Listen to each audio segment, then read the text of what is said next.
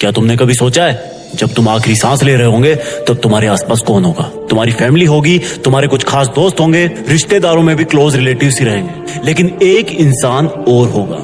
वो बस तुम्हें कुछ समय पहले से ही जान रहा होगा और उसको इस बात का कोई फर्क नहीं पड़ेगा कि चाहे तुम कोई भी हो, किसी भी धर्म के हो, किसी भी जाति के हो, किसी भी गांव के हो, शहर के हो, गोरे हो, काले हो, बच्चे हो, बूढ़े हो, आदमी हो या औरत हो। वो तुम्हारा और तुम्हारे रिलेटिव्स का आपस में मिलने का टाइम बढ़ाने के लिए, तुम्हें नई जिंदगी देने के लिए अपनी टीम के साथ पूरी जी जान लगा रहा होगा। ये वो इंसान होगा जिसने अगर ऑपरेशन थिएटर के बाहर आकर सॉरी बोल दिया तो समझो खेल खत्म। ले सकते हो ये जिम्मेदारी, बन सकते हो इस तरह का एक बहादुर डॉक्टर जो कि अभी अभी ऑपरेशन थिएटर से निकला है, जिसको इंफॉर्मेशन मिली है कि इमरजेंसी है। एक डॉक्टर के लिए इमरजेंसी वर्ड काफी है। उसके लिए इमरजेंसी का मतलब सिर्फ और सिर्फ किसी की लाइफ है। एक इंसान अपने आप को कितने विश्वास से सौंप देता है खुद को डॉक्टर के सामने, सब चीजें कबूल कर लेता है, क्योंकि मरीज जानता है कि डॉक्टर को नहीं बताऊंगा तो किसको बताऊंगा। और ये विश्वास आता है तुम्हारे नॉलेज से, तुम्हारे प्रोफेशन से, और ये दोनों आते हैं सिर्फ और सिर्फ डेडिकेशन से। डेडिकेशन के लिए सैक्रिफाइस करना पड़ता है, पढ़ाई करना पड़ता है, सीखना पड़ता है। ये तुम्हारी एमबीबीएस के लिए एंट्रेंस एग्जाम तो एक छोटी सी परीक्षा है जो सिर्फ और सिर्फ तुमसे पढ़ाई मांग रही है। जब असल में तुम डॉक्टर बन जाओगे तब हो सकता है तुम्हारी फैमिली में किसी का बर्थडे केक पोस्टपोन करना पड़े, क्योंकि हो सकता है उस वक्त कोई इमरजेंसी आ जाए।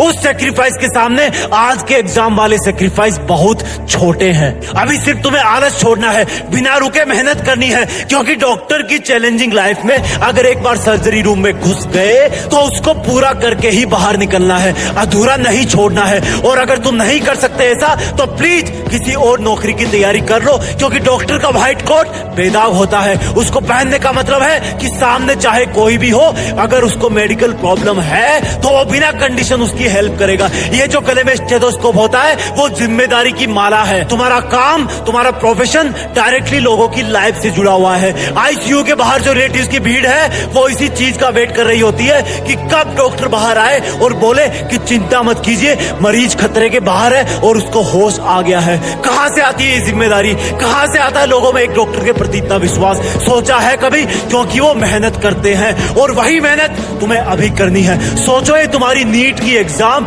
या एम्स की एग्जाम एक इमरजेंसी है। अब तुम क्या करोगे? डॉक्टर होना चैलेंज स्वीकार करो, अपनी टीम बनाओ और तुम्हारी टीम में तुमको मिलाकर सिर्फ 3 लोग हैं। पहले तुम, दूसरी तुम्हारी प्लानिंग, तीसरा तुम्हारा हार्डवर्क। तुम्हारा स्टेथोस्कोप है तुम्हारा दिमाग, जो हमेशा तुम्हारी मंजिल पाने के लिए बेताब धड़कनों की बात सुनता है और उसके हिसाब से तुम्हारी बॉडी को मेहनत करने के लिए ऑर्डर करता है। और जब तुम इस एग्जाम की इमरजेंसी से लड़ रहे हो उस वक्त अपने इस ऑपरेशन थिएटर रूपी स्टडी रूम के बाहर की वार्निंग लाइट जला देना, ताकि तुम्हें मेहनत करने से कोई डिस्टर्ब ना कर सके, यहाँ तक कि तुम्हारी गंदी आदतें भी नहीं। और जी जान से किताब की हर एक लाइन पढ़ना, क्योंकि तुम्हें क्या पता कौन सा केमिकल फॉर्मूला किसी की जिंदगी बचा दे। और इस एग्जाम की इमरजेंसी में जो ब्लड चाहिए उसका ब्लड ग्रुप जे होना चाहिए, यानी कि जोश। जब तक तुम इस एग्जाम को क्रैक ना कर लो तब तक शरीर में जे ग्रुप वाला खून दौड़ते रहना चाहिए।